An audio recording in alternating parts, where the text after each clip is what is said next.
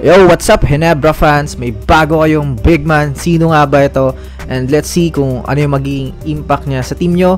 And let's get into it. So ayun, ayon sa Spin.ph report, si Norbert Torres, 35 years old, at 6'6" ay nasa final stages na ng paglipat sa Ginebra. Galing siya sa Meralco Bulls kung saan naging bahagi siya ng kanilang historic run, yung unang championship ng Meralco noong 2024 Philippine Cup, kung saan tinalo nila ang San Miguel Beermen sa 6 na laro. Si Torres, dati ring first round pick ng Star Hotshots noong 2015. Dumaan rin ng Phoenix, TNT, Rain or Shine at Meralco.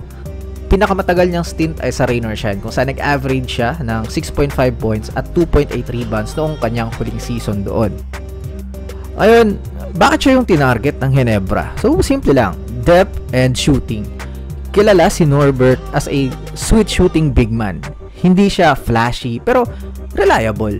At sa sistema ni Coach Tim Cone, malaking bagay ang big man na marunong tumira sa labas. Lalo na ngayon, wala na si Stan Hardinger na dati malaking anchor ng frontline. Kailangan ngayon ni Japet Aguilar and Troy Rosario ng katulong kasi sila na lang halos yung natitirang tunay na cornerstone sa frontline ng Ginebra. With Japet already aging, hindi na rin realistic na siya na lang lagi yung asahan inside. So, dito papasok si Norbert Torres to provide support minutes, tapos floor spacing at veteran presence. Kung titingnan natin, hindi naman siya magiging star player sa Ginebra pero pwede siya mag-fill in sa rotation bilang backup big. Depende sa matchup.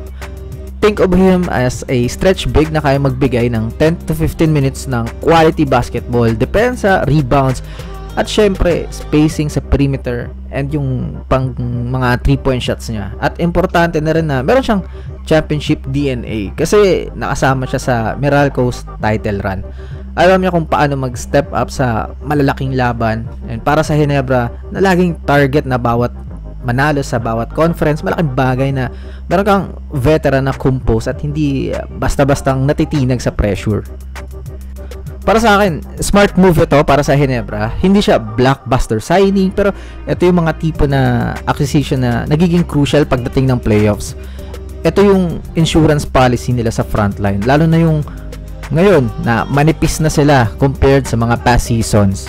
At kung iisipin natin, si Torres ay swak sa Ginebra culture. Team first guy, tahimik lang pero efficient. Hindi siya naghihingi ng spotlight pero gagawin niya yung trabaho niya na kailangan ng team. Yes, 35 years old na siya pero dahil hindi purely athletic base yung laro niya, kaya pa niyang mag-contribute as a solid role player for the next couple of seasons.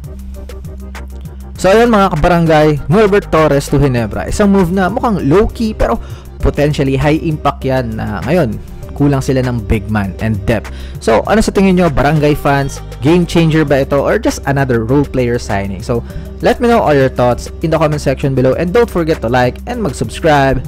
This is Segun Hoops. See you in the next upload. Bye bye.